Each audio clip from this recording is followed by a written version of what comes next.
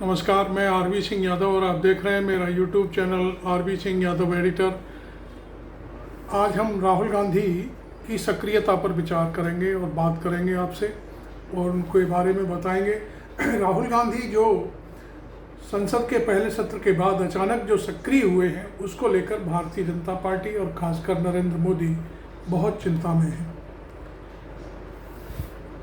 नरेंद्र मोदी के सामने ही राहुल गांधी ने संसद में कहा था कि अब की बार हम गुजरात जीतेंगे और गुजरात में आपको हरा करके दिखाएंगे। जैसे ही ये बयान संसद में राहुल गांधी ने दिया, उसके बाद देखिए, मैं आपको सीधा बता दूं कि 48 घंटे के बाद 48 घंटे के बाद राहुल गांधी गुजरात पहुंच गए और अपने उन कार्यकर्ताओं को संबोधित किया, उनको सांत्वना दी जिनके पास भारतीय जनता पार्टी के जो लोग थे, बजरंग दल के लोग थे, जिन्होंने उनके कार्यालय पर तोड़फोड़ की थी। और उसके बाद राहुल गांधी ने वहां जाकर के कहा कि आप तैयार हो जाइए, सारी व्यवस्था है और अब की बार गुजरात सरकार कांग्रेस बनाएगी, यहाँ पर आप चिंता न करें। उस दौरान कुछ कार्यकर्ताओं ने उनको कुछ बातें भी कहीं, वहीं गुजरात के लोगों ने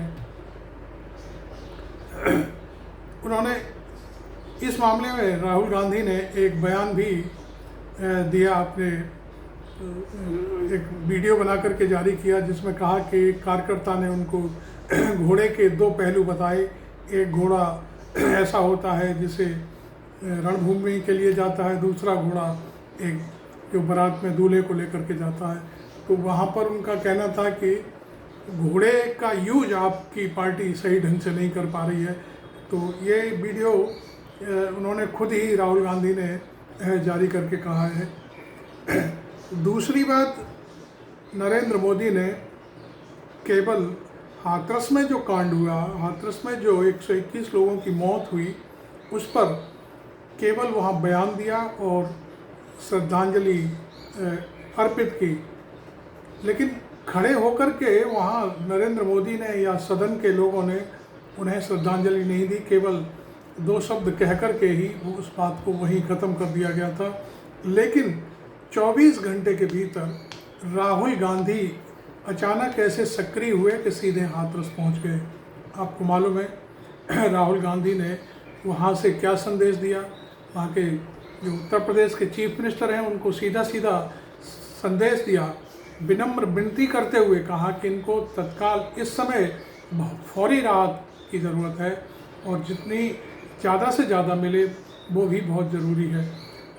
उन्होंने किसी पर कोई आक्षेप नहीं लगाया, कोई बात नहीं कही और ना ही किसी को जिम्मेदार ठहराया। जांच के बारे में उन्होंने कहा कि जांच, जब न्यायिक जांच हो रही है तो उसमें सारे पहलू उजागर हो जाएंगे, उस पर मुझे कुछ नहीं कहना। लेकिन मैं चाहता हूं कि सबसे पहले जो राहत की बात है वो राहत दी जाए। इस मामले में समाजवादी पार्टी के राष्ट्रीय महासचिव और राज्यसभा सदस्य रामगोपाल यादव ने भी साफ कहा है कि ये कोई साजिश वाजिश नहीं है, ये एक प्राकृतिक अचानक हुई आपदा है और इसमें किसी का उनको दोष नहीं लगता। हाँ, उन्होंने इतना ज़रूर कहा कि इस तरह की घटनाएं बाद में दोबारा न हों, इसके लिए राज्य सरकार कोई ऐसा कानून पास करे, ऐसी कोई व्यवस्था करे जिसमें जो भी कोई कार्यक्रम होता है उसमें प्रशासन जब कोई अनुमति देता है उस हिसाब से उन सब चीज़ों की वहाँ पर ज़रूरत जो पड़ती है उस चीज़ों को उपस्थित करे। ये सभी जिलाधिकारियों को निर्देश बाकायदे कानून के तहत दिया जाए। तो ये बात रामगोपाल ने कही। हालांकि सरकार इस मामले में पहले ही एक नोटिफिकेशन जारी कर चुकी है।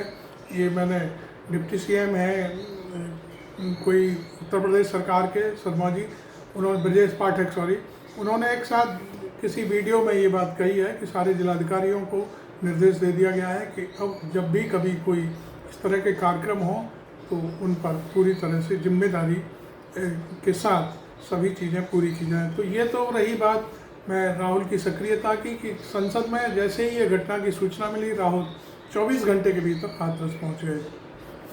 अब मैं आपको बता दूं, हमेशा ये बात कही जाती है कि जो सड़क पर जो कुछ हो रहा है वो संसद में सुनाई नहीं देता, और संसद में जो होता है उसकी बात जनता तक नहीं पहुंचती। तो ये काम राहुल गांधी की सक्रियता के चलते हो रहा है, मैं आपको बता दूं। क्योंकि मणिपुर के बारे में पूरे विपक्ष ने पूरे 2 घंटे 25 मिनट तक, जब तक नरेंद्र मोदी संसद में अपना भाषण देते रहे, तो जनता की आवाज़ वहाँ 240 सदस्यों ने जम करके उठाई। 235 जो विपक्ष के लीडर थे उन्होंने जम करके उठाई, लेकिन वहाँ किसी ने कोई जवाब नहीं दिया। यहाँ तक नरेंद्र मोदी मणिपुर पर माँ बोलने के लिए तैयार नहीं थे।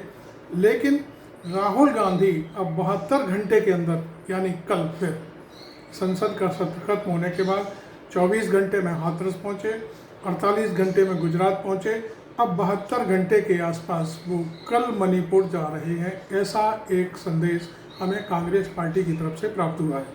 तो ये है एक सक्रिय नेता की कहानी कि वो जो बात संसद में कहता है वो बात धरातल पर भी लेकर के जाता है। तो ये कितनी बड़ी बात है कि राहुल गांधी किसी भी चीज़ को आधा अधूरा नहीं छोड़ते। जिस मुद्दे को वो उठाते हैं बाकायदे सारी चीज़ें जनता तक भी पहुंचाते हैं, और जनता से जो उन्हें अब तक फीडबैक मिला साल 2 साल के अंदर अपनी यात्राओं के दौरान, वो सारा संसद में उठाया उन्होंने।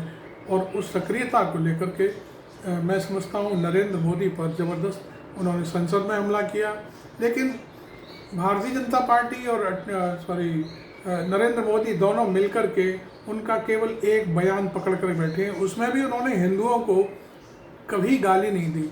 उन्होंने सिर्फ ये कहा कि केवल भारतीय जनता पार्टी, आरएसएस और नरेंद्र मोदी हिंदू नहीं है, सारा देश हिंदुओं का है, सारे देश हिंदू है, और हिंदू कभी हिंसा में विश्वास नहीं रखता।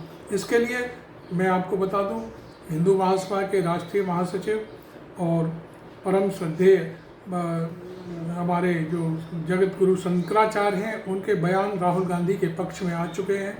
और नरेंद्र मोदी का ये कहना कि वो हिंदुओं को उन्होंने गाली दी है, ये जो मुद्दा उठाया था वो टाइम फिक्स हो गया है। अब वही बात है कि नरेंद्र मोदी के सामने जो मुद्दे सामने आए उन पर उन्होंने कोई बात नहीं करी, लेकिन राहुल गांधी हर मुद्दे को संसद से लेकर सड़क तक ले जा रहे हैं। आपको मालूम है अभी तो संसद का पहला सत्र हुआ है, और उसमें राहुल गांधी एक विपक्ष के मजबूत नेता के रूप में अपनी सारी बातें कह रहे हैं। ये उनकी एक बड़ी सफलता है। लेकिन मैं पिछले 10 साल की बात बता दूं, कभी विपक्ष इतना मजबूत नहीं था, ना कोई बात उठाता था। बार बार कोई मुद्दा होता था तो लोग बाइकाट कर जाते थे। कुछ पार्टियां डरती थीं सरकार से, कुछ पार्टियां भाग लेना नहीं चाहती थी, और इस तरह से जो संसद में जो मुद्दे उठने चाहिए, जो ज़मीन के मुद्दे थे, जो सड़क के मुद्दे थे, वो नहीं उठ पाते थे। तो ये कहानी अब पूरी तरह से बदल चुकी है। इस सत्र में आपने देखा होगा कि विपक्ष ने किसी भी चीज़ पर बैकआउट नहीं किया। ना नरेंद्र मोदी का राष्ट्रपति महोदय का पूरा भाषण सुना। एक आम आदमी पार्टी ने ज़रूर बहिष्कार किया, माननीय राष्ट्रपति महोदया का जो बयान था उससे बैकआउट किया। लेकिन उसके बाद जो नरेंद्र मोदी ने बोला, और दूसरी जो सरकार के जो दूसरे मंत्रालय हैं और उनके मंत्री हैं उन्होंने बोला, सबको सबने सुना और उनका बाकायदे सबको जवाब दिया। राजनाथ सिंह का तो को पानी पिला दिया राहुल गांधी ने कि वहाँ पर वो झूठ बोल के आए कि 1 करोड़ रुपया देते हैं। और राहुल गांधी ने एक वीडियो के जरिए उनके परिवार से बात करी तो उसमें स्पष्ट हो गया कि भारत सरकार ने हमको कोई रुपया नहीं दिया। एक जो सैनिक है, जो नई भर्ती के तहत मुलाजिम हुआ है, सेना में सैनिक हुआ है, उसके परिवार ने साफ कर दिया कि उनको 1 रुपया भी नहीं मिला भारत सरकार की तरफ से। उन्हें जो भी मिला है वो बीमे के रूप में पैसा मिला है। तो ये बहुत सारी बड़ी बातें हैं कि आप संसद में कुछ भी बोल देंगे, वो बात अब नहीं चल पाएगी। मैं एक बार फिर गुजरात पर चर्चा करूँगा। देखिए, गुजरात में 22 ज़िले हैं, और उन 22 ज़िलों में कांग्रेस पार्टी ही एक ऐसी पार्टी है कि उसके हर ज़िले में दफ्तर हैं, बाकायदे जिलाध्यक्ष हैं, शहराध्यक्ष हैं, यूथ के भी सारे पदाधिकारी हैं और काम करते हैं। लेकिन वो निष्क्रिय हैं, क्या है, ये सारी बातें, भीतर की बातें सामने आना बहुत ज़रूरी है। पिछले 25 सालों से मैं आपको बता दूं कि कांग्रेस वहाँ से आउट हो चुकी है। जब से नरेंद्र मोदी वहाँ पर चीफ मिनिस्टर के तौर पर काम करते हैं, उन्होंने फिर कांग्रेस को वहाँ पर कभी पनपने नहीं दिया। और जब भी चुनाव होता, बाकायदे सारी चीज़ें होती। अहमद पटेल जो थे वहीं के थे, उसी इलाके के थे, और वो आपको मालूम है कि सोनिया जी के बहुत करीब थे। और दूसरी जो राजीव गांधी थे उनके भी बहुत करीबी थे। जब तक वो जिंदा रहे तब तक वहाँ की राजनीति थोड़ी सी परिपक्व रहती थी, लेकिन उनकी मौत के बाद तो फिर बिल्कुल ही मामला गड़बड़ हो गया और वहाँ पर कांग्रेस पूरी तरह से दफन जैसी स्थिति में हो गई। लेकिन अब की बार जो राहुल गांधी ने कहा है संसद में कि हम आपको आपके ज़िले में ही हराएंगे, ये हमारे लिए सबसे बड़ी बात है। उन्होंने उत्तर प्रदेश और गुजरात दोनों पर अब की बार फोकस किया है। यहाँ उन्होंने जो बड़ा दल था समाजवादी पार्टी, उसको सबसे आगे किया और कहा कि आप चलिए, हम जो कुछ भी आप हमें सीट देंगे हम उसी को स्वीकार करते हैं। और मैं समझता हूँ कि अखिलेश यादव भी इस बात से सहमत हैं कि राहुल गांधी का जो कार्यक्रम है, जो काम करने का तरीका है, उससे मैं सहमत हूँ। और उन्होंने फिर उनको 17 सीटें दी थी, जिसमें से लगभग 7 सीटें कांग्रेस ने जीती और 37 सीटें जो टोटल 80 सीटें हैं उनमें से अखिलेश यादव जीत करके आए। और यहाँ तक जिस सोमनाथ से अयोध्या तक की जो दूरी है, उसको लेकर के जो राजनीति भारतीय जनता पार्टी करती रही थी, अब की बार अखिलेश यादव के प्रत्याशी ने उस राजनीति को ध्वस्त कर दिया।